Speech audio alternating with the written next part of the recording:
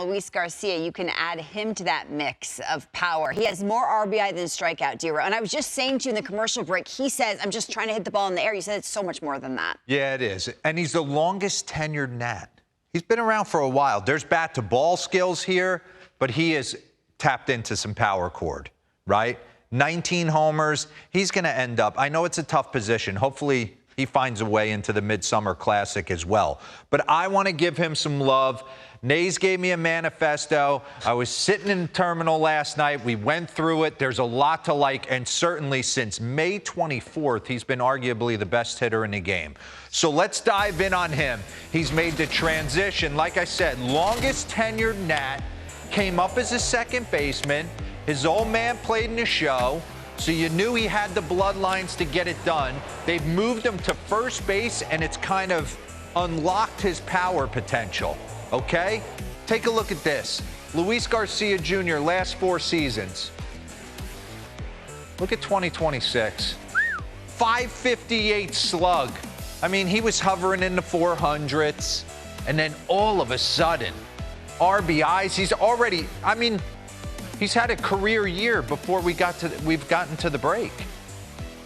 Keep it moving for me, Devin. Give me a little hot change here, and let's get into some of his great ABs. I want to walk you through it. Here's Brady Singer.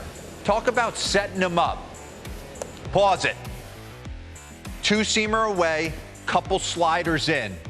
Brady Singer thinks, I got him swinging at that slider in right here, so now what am I tunneling off that? 2-seamer, kind of paralyzing 2-seamer, run it. He is all over it. Bang. See you later. It's been James Wood, C.J. Abrams, Curtis Mead, how about Sasaki, and Luis Garcia Jr., top rail heater. I'm telling you, playing in Nats Park in 2012, watching the likes of Ryan Zimmerman, Ian Desmond, Jason Worth, these are big bombs in that yard. That's a big yard. Change up down and away from Aaron Nola, and then he tries to rush the sinker, and he takes him bridge.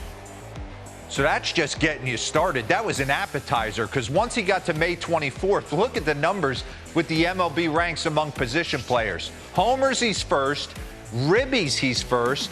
Slug, he's first. He's been a top 5 hitter across the board. So let's dive in, because he doesn't deviate. He doesn't discriminate. He'll hit it all. Watch this. Bubba Chandler, breaking ball. See you later.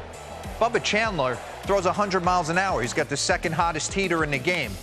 Backdoor sweeper going opposite field in Nats Park. Left on left breaker. And these balls are walked. These are big parts of the yard. Elevated sinker from Griffin Jacks. We saw it when he's right. He's punching tickets. He did it against the Yankees last night. And then can you get on top of 95 at the top of the zone? Yes, he can. And shoots it side angle. Run that back for me real quick. Look at how simple.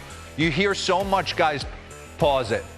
Here's so much guys talk about being ready for high velocity, eliminating a lot of moves, being A to B. Watch his hands work right here.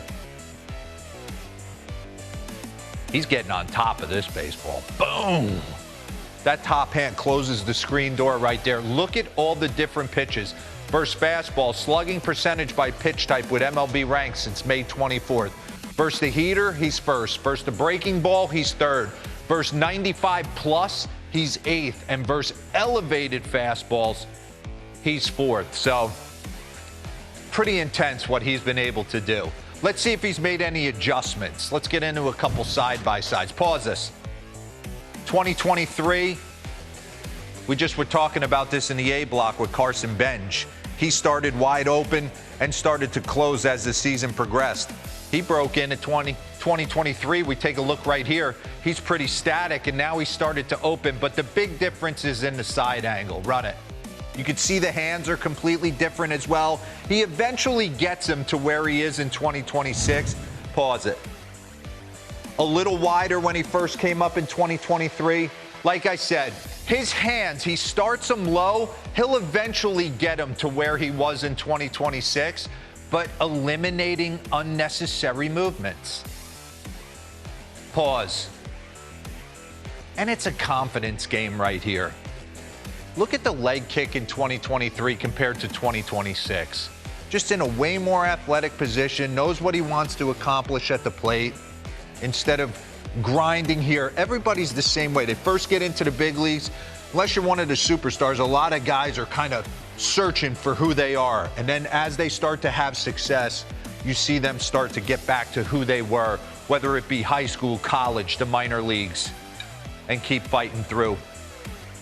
And it's led to an increased bat speed, which is super interesting. 2023, 71.4 mile an hour bat speed. Look at him since May 24th. That's a big jump. To jump at almost 2.6 miles per hour to get it to 74 miles an hour. And what does that lead to? Hot change me, Dev. 75th percentile in average exit velo and whiff percentage. So he broke into the game as a contact guy, and now the power comes with it. Look at the names on this board. Yordan Alvarez, Juan Soto, Luis Garcia Jr., Trent Grisham shows up on this board. Mookie and Yandy, but take a look down low. Nays wanted to point this out. Only player to rank in the 80th percentile or higher in both. It was Yordan going into the weekend, and then as the weekend progressed, Luis was the only one. So contact, power. I heard Joey Votto talk to Brian Kenny saying he doesn't totally believe in clutch. I believe. I do. I believe in it, man. I watch too many guys that have the ability. I don't know if it's necessary clutch, but can you slow the moment down in big spots? I watched a lot of my teammates not be able to do it, and certain ones like Aramis Ramirez comes to mind for me. Always found a way to come through in a big spot. And that seems to be Luis Garcia Jr. this year for them. Shooting the ball the other way against Sandy. Down 2-1, top fifth. Now we grab the lead. And the Nats need the lead. If the Nats, they pound the baseball like Robert was talking about. It's run prevention. It's run prevention, especially in the bullpen for them. Yeah, they're searching for it. Look at them in high leverage situations. Highest OPS in high leverage this season. Nick Kurtz.